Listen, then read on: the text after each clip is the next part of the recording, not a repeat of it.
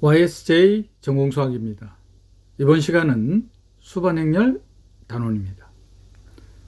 수반행렬 단원에서는 2002학년도부터 현재까지 한 문항이 출제되었는데 2011학년도 15번 문항으로 출제되었습니다. 이 문항을 해결하기 위한 필요한 개념과 반드시 기억해야만 하는 개념을 살펴보겠습니다.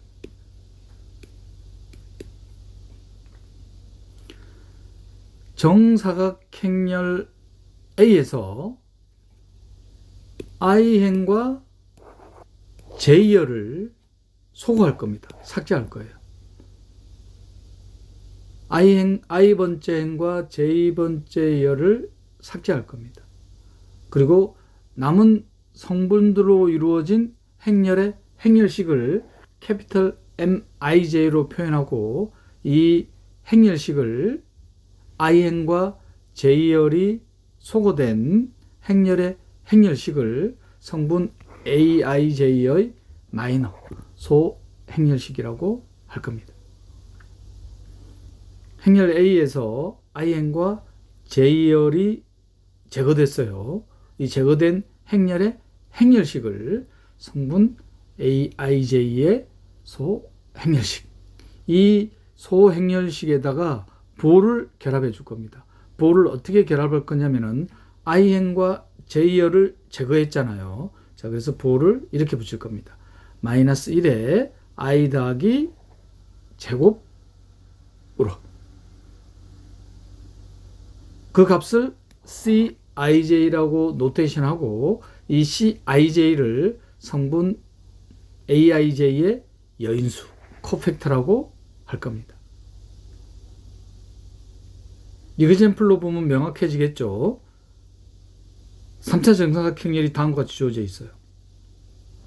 자, 이 3차 정사각행렬의 일행 일렬의 성분이 3이죠. 행렬 A의 성분 3에 대한 소행렬식. 그러면 일행 1열, 1열, 1행 제거하고 남은 성분들로 이루어진 행렬.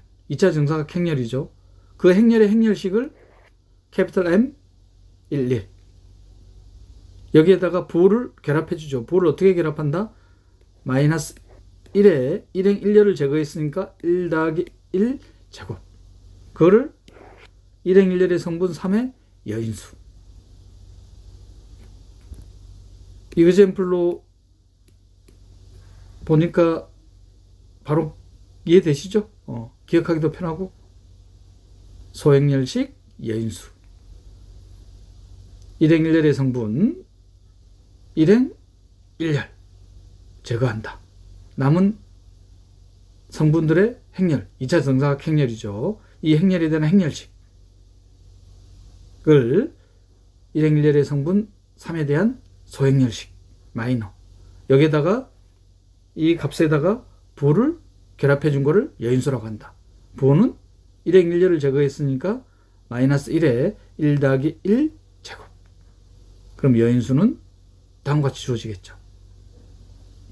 자, 그러면 3차 정사각 행렬에 대한 여인수가 몇 개 존재해요? 9개가 존재할 겁니다. 9개.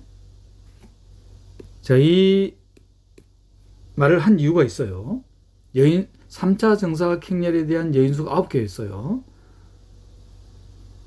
자, 이 여인수로 이루어지는 행렬을 3차 정사각 행렬에 여인수가 9개가 있습니다. 그 9개의 여인수로 이루어지는 행렬을 캐피털 C라고 두면은 이 여인수로 이루어진 행렬의 행과 열을 바꾼 행렬을 우리 전체 행렬이라고 하죠. 트랜스포즈. 행과 열을 바꾼 행렬. 전치. 여인수로 이루어진 행렬 C의 전체 행렬을 행렬 A의 수반 행렬이라고 합니다. 노테이션은 어떻게 할 거냐면은 adjoint, adjacent, initial ADJ를 이용해서 이렇게 표기합니다. 자, 이거를 행렬 A의 수반 행렬. 조금 저희가 복잡해 보이죠. 수반 행렬을 구하는 건 간단하지만 계산 과정이 간단하게 끝나는 건 아니죠. 좀 모순된 표현인가요? 여인수 3차 정사각 행렬에 대한 여인수를 구하려면은 여인수 구하는 건 어렵지 않잖아요. 자, 그런데 여인수 행렬을 구하려면은 9개의 여인수를 구해야 되는 거예요. 풀이 과정이 짧을 수가 없죠. 그 9개의 여인수로 이루어진 행렬 C의 전치 행렬을 행렬 A의 수반 행렬이라 하고 adjoint adjugate of A 이렇게 노테이션 한다는 거. 특히 수반 행렬은 정사각 행렬의 역행렬과 밀접한 관련은 같습니다. 어떤 결과에 대한 증명에 대한 스케치를 제가 보여드리면 행렬 3차 정사각 행렬로 볼까요? 행렬 A와 3차 정사각 행렬 A와 3차 정사각 행렬에 대한 수반 행렬에 대한 곱.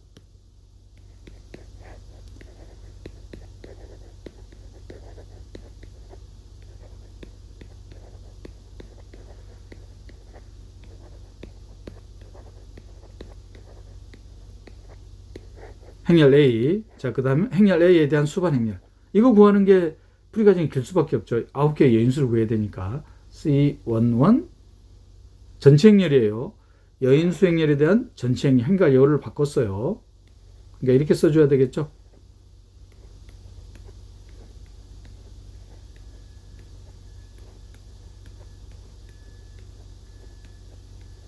자, 이걸 곱을 하면은 일행일렬의 성분을 한번 구해볼까요? 자, 그러면 A11 C11 요렇게 곱하겠죠? 행렬의 곱 A12에 C12 더하기 A13에 C13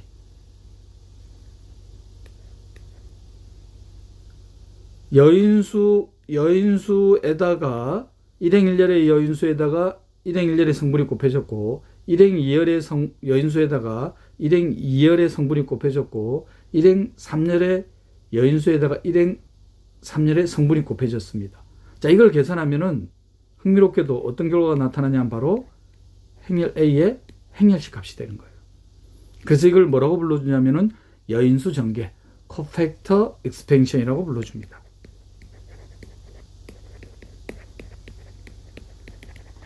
2차 정사각 행렬에 대한 행렬식은 대각선끼리 곱해서 빼면 돼요. 데피니션이 지극히 간단하죠. 자, 그런데 3차 이상부터는 간단하지가 않습니다. 그래서 3차 이상의 행렬식의 값은 여인수 전개를 이용한다. 여인수 전개 소행렬식의 부호를 결합한 걸 여인수라고 한다. 이 정도까지만 아셔도 돼요. 그리고 이제 1행과 2열에 대한 곱으로 계산을 하면은 1 C에 2, 1 2에 C에 2, 1 3에 C에 2, 3죠. 자, 또 흥미로운 건 뭐냐면은 여인수 전개를 잘 보시면은 행렬식이 된다고 했잖아요. 자, 그런데 이번에는 보면은 2행 1열의 여인수에 2행 1열의 성분이 곱해진 게 아니라 다른 성분이 곱해져 있죠.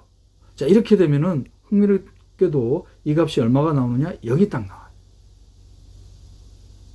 그래서 행렬 A와 행렬 A의 수반 행렬을 곱하면 어떤 결과가 주어지느냐? 대각 성분은 다 행렬식의 값이고 대각선을 제외한 대각 성분을 제외한 나머지 성분들은 다 0이 됩니다. 그래서 어떤 식으로 쓸 수 있냐면은 determinant A의 항등행렬 I. 따라서 수반 행렬은 행렬 A의 역행렬과 밀접한 관련이 있다. 즉 역행렬을 구하는 공식을 제공해요. 근데 공식이라 하면은 우리가 계산 과정을 비약적으로 줄여야 되잖아요. 근데 그건 비약적으로 줄여지지가 않죠. 왜 그러냐면은 여인수 행렬은 9개의 여인수를 찾아야 돼요. 3차 정사각 행렬에 대해서. 그럼 n차 정사각 행렬이면 n 제곱개의 여인수를 찾아야 되는 거예요. 지금과 같이 컴퓨터 알고리즘을 쓰면 간단하지만 이거를 수작업으로 계산한다면 이건 보통 일이 아니죠. 그래서 역행렬을 구하는 공식이라고 이름 짓기가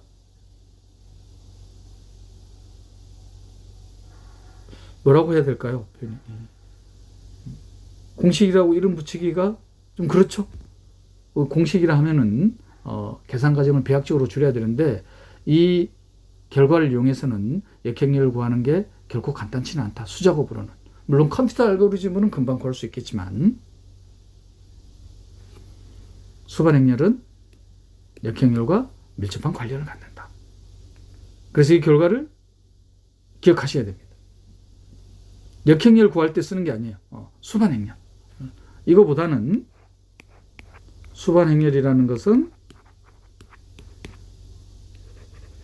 행렬 A의 디터미넌트와 역행렬의 곱으로 나타난다. 이렇게 기억하시는 게 문제풀이에 도움이 더 많이 됩니다. 조금 더 기출문제로 확인할 거예요. 행렬식은 여인수 전개를 요구한다. 자, 그러면 또 어떤 흥미로운 결과를 얻을 수 있느냐? 또 빈번하게 쓸 거예요. 행렬식 계산에서. 행렬 A와 B의 곱에 대한 행렬식은 행렬 A에 대한 행렬식과 행렬 B에 대한 행렬식의 곱으로 나타낼 수 있다는 거. 이건 또 어디에 많이 이용될 거냐? 주어진 n차 정사각 행렬에 역행렬이 존재하는지 존재하지 않는지, 즉 정칙행렬인지 비정칙행렬인지 판단할 때 유용하게 쓸 겁니다. 무슨 소리냐? 행렬 A가 역행렬이 존재한다면 행렬 A와 역행렬의 곱이 항등행렬이 될 거 아니에요. 자, 그럼 이 결과를 이용하면은 디터미넌트 A, 디터미넌트 A 인버스 항등행렬이니까 디터미넌트는 대각성분만 있잖아요. 1이 딱 나올 거라 이 말이에요. 그러면 디터미넌트 A가 0이 아니어야지 행렬 A의 역행렬이 존재함을 알 수가 있죠. 그래서 이 결과는 역행렬의 존재 의무를 판단할 때 빈번하게 사용한다는 것. 행렬 A, B의 곱에 대한 행렬식은 각각의 행렬의 행렬식의 곱과 같다. 그리고 수반 행렬은 역행렬과 밀접한 관련이 있는데 역행렬을 구하는 공식이라고 하기에는 수작업으로 배약적인 시간이 오래 걸리기 때문에 유용한 결과는 아니다. 그래서 수반 행렬에 대해서 수반 행렬이라는 것은 행렬 A의 역행렬에다가 디터미넌트를 곱한 거다. 제가 이렇게 강조하는 거는 이거를 묻는 기출문제가 그 한 문제가 이 문제입니다. 수반 행렬에 관련된 기출문제가.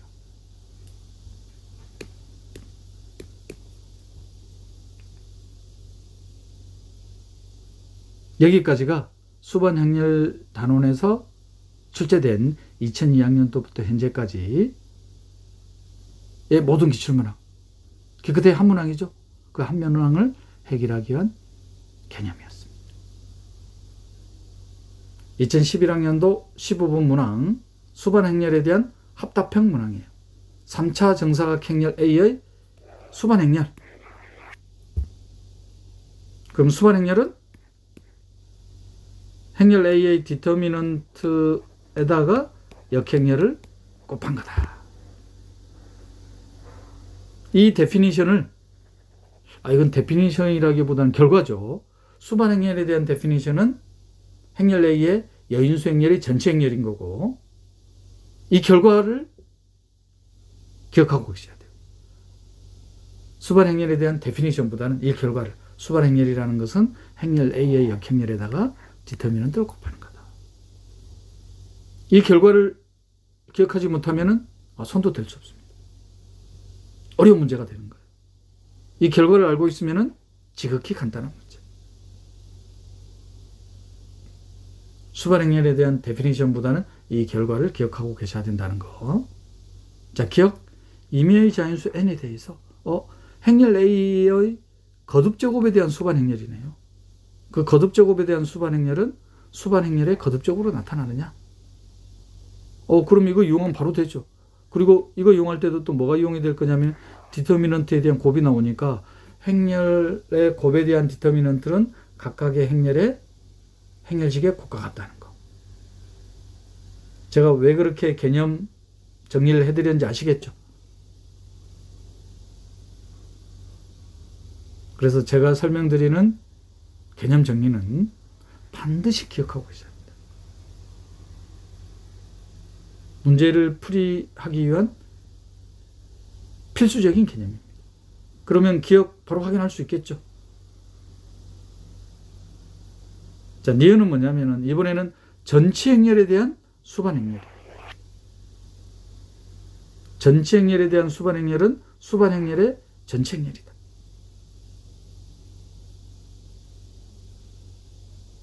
여기서는 알아야 될 게 여기서는 제가 개념 정리로 설명드리지 않았지만 뭐가 있냐면은 행렬 A, B의 곱에 대한 역행렬은 마치 우리가 중등교육과정에서 함수의 합성 사상을 생각해 보면 되죠. 함수의 합성에 대한 역함수. 이게 자연스럽죠. 중등교육과정에서.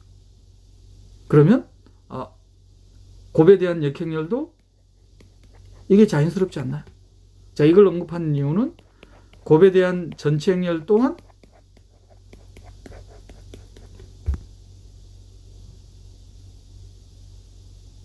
그러면 니은 확인할 수 있습니다. 자, 마지막으로 디귿은 수반 행렬에 대한 수반 행렬은 그러니까 수반 행렬과 관련된 기출문제는 수반 행렬에 대한 데피니션보다 수반 행렬에 대한 이 결과를 자, 그래서 데피니션으로 잘못 언급해 드렸죠. 그리고 이거를 마치 데피니션처럼 기억하셔도 문제풀이에 도움이 되겠다. 결과지만. 자, 그러면 확인해 볼까요? 자, 수반 행렬에 대한 결과입니다. 역행렬에다가 행렬식을 곱한 거죠. 자, 그러면 행렬 A에 대한 n 거듭제곱.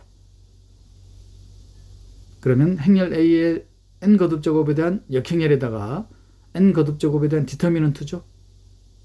자, 그러면 먼저 행렬식에 대한 성질. 행렬의 곱에 대한 행렬식은 각 행렬의 행렬식의 곱.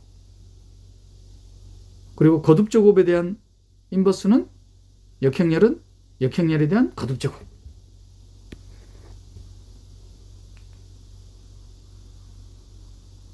됐습니까? 그리고 행렬식의 값은 실수인 거죠. 실수입니다. 자, 그럼 이건 다시 전체에 대한 n 거듭제곱. 따라서 거듭제곱에 대한 수반행렬은 수반행렬의 거듭제곱과 같구나. 기억 참이 되죠. 자, 니은은 전체 행렬에 대한 수반행렬이었어요. 그러면 전체 행렬에 대한 역행렬과 전체 행렬에 대한 행렬식. 2차 정사각 행렬을 생각해 보시면 대각선끼리의 곱을 뺀 거잖아요. 직관적으로 바로 제가 설명드리기 위해서. 자, 그럼 행과 열을 바꾼 전체 행렬에 대한 대각선끼리의 곱의 차. 그러면 전체 행렬에 대한 행렬식과 원 행렬에 대한 행렬식의 값은 변화가 있겠다 없겠다? 없겠다는 거. 그리고 전체 행렬에 대한 역행렬은 역행렬에 대한 전체 행렬과 같다는 거. 이런 기본적인 행렬에 대한 성질을 기억하고 계시면 문제풀이에 도움이 되시죠. 자, 그거는 제가 개념 정리해서 설명드리지 않았지만 문제풀이에서 지금 설명드리는 거예요. 과정에서. 이러한 기본적인 기초적인 개념 정리는 단원별 개념 정리에서 제가 따로 또 상세하게 다룰 겁니다. 지금 시간은 단원별 기출문제를 분석하는 거라서 그런 기초적인 기본적인 설명은 따로 제가 설명드릴 거예요. 문제풀이하는 데는 어려움이 없죠. 기억을 하고 계시면 되는 거니까. 왜 그런지에 대한 설명은 단원별 개념 정리 시간을 따로 가질 거예요. 따라서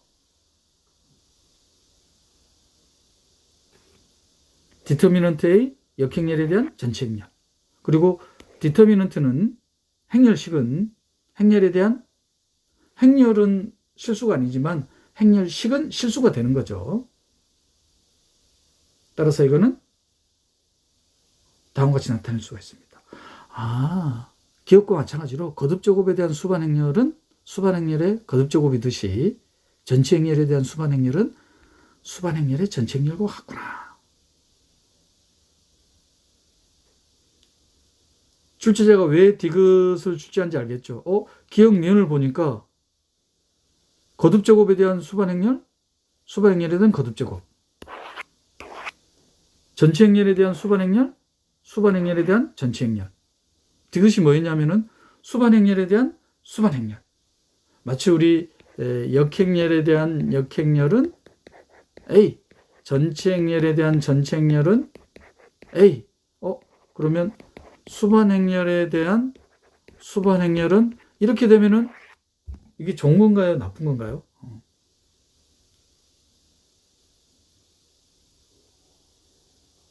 출제자가 이걸 의도했겠죠. 자, 관이 이렇게 되는지 디귿 확인해 볼까요? 제가 치환을 했는데 보기 편하게 하려고 바로 하셔도 돼요. 행렬 A에 대한 수반행렬을 B라고 둬놨습니다. 수반행렬에 대한 수반행렬이니까. 그러면 B에 대한 수반행렬. B 자리에다가 다시 이거를 대입하면 되죠. 조금 복잡해 보입니다. 됐습니까? 자, 그러면은 실수 행렬이에요. 그러면 실수니까 행렬로 보려면 항등행렬이 곱해졌다고 보시면 되죠. 그러면 디터미넌트 A의 디터미넌트 A 인버스가 되겠습니까? 엄밀하게 쓰자면 이렇게 써야 되는데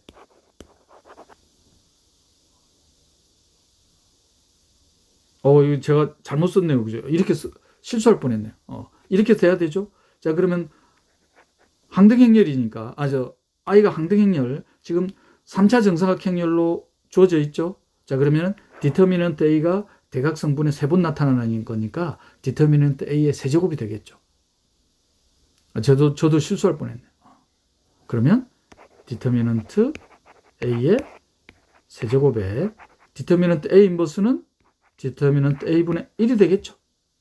그러면 하나 소거되네요. 그죠? 디터미넌트 A 제곱. 자, 그 다음 역행렬. 자, 이것도 그러면 실수를 하지 않기 위해서 디터미넌트 A의 항등행렬 I의 인버스.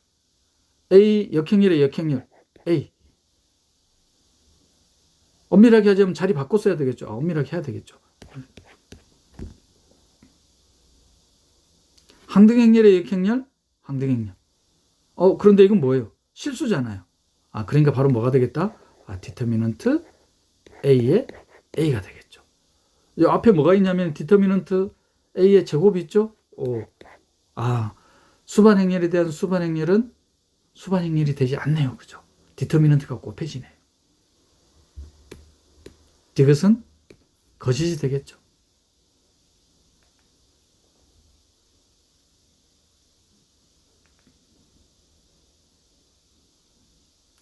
기억은 거듭제곱에 대한 수반행렬은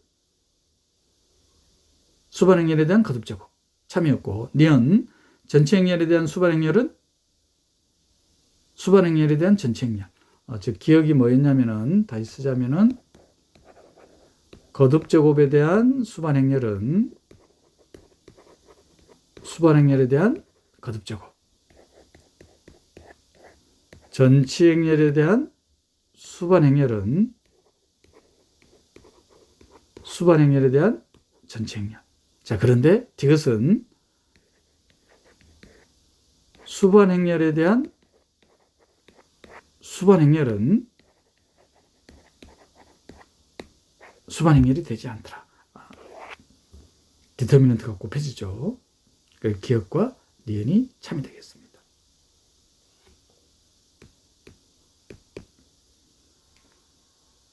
지금까지 수반 행렬 단원에서 2002학년도부터 현재까지 출제된 모든 기출문항, 한문항을 살펴봤습니다. 수반 행렬에 대한 리뷰는 먼저 문제풀이에 직접적인 도움을 주는 결과부터 정리해 드리자면 수반 행렬이란 행렬 A의 역행렬에 디터미넌트를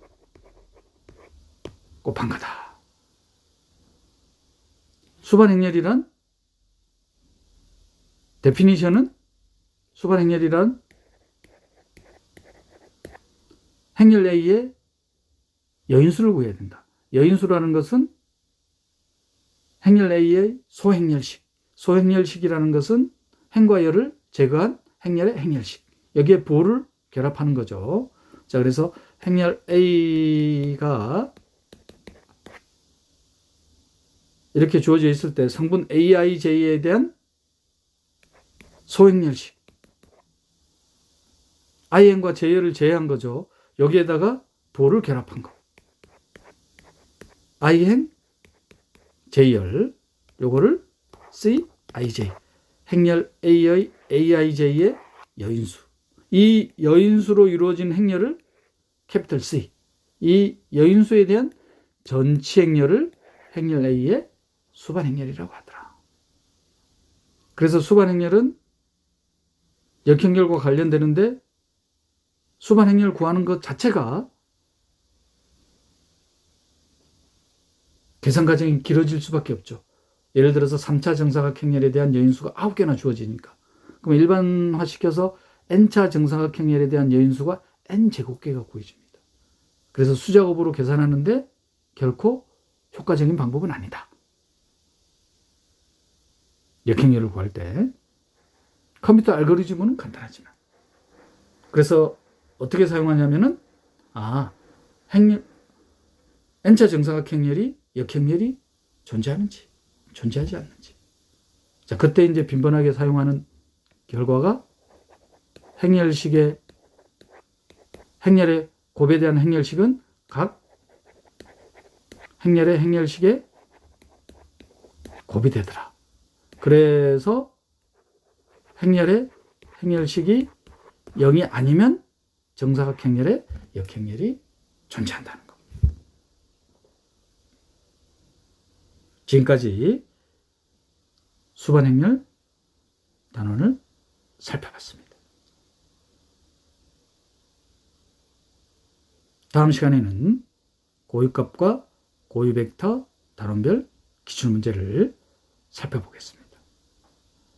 YSJ 전공수학이었습니다.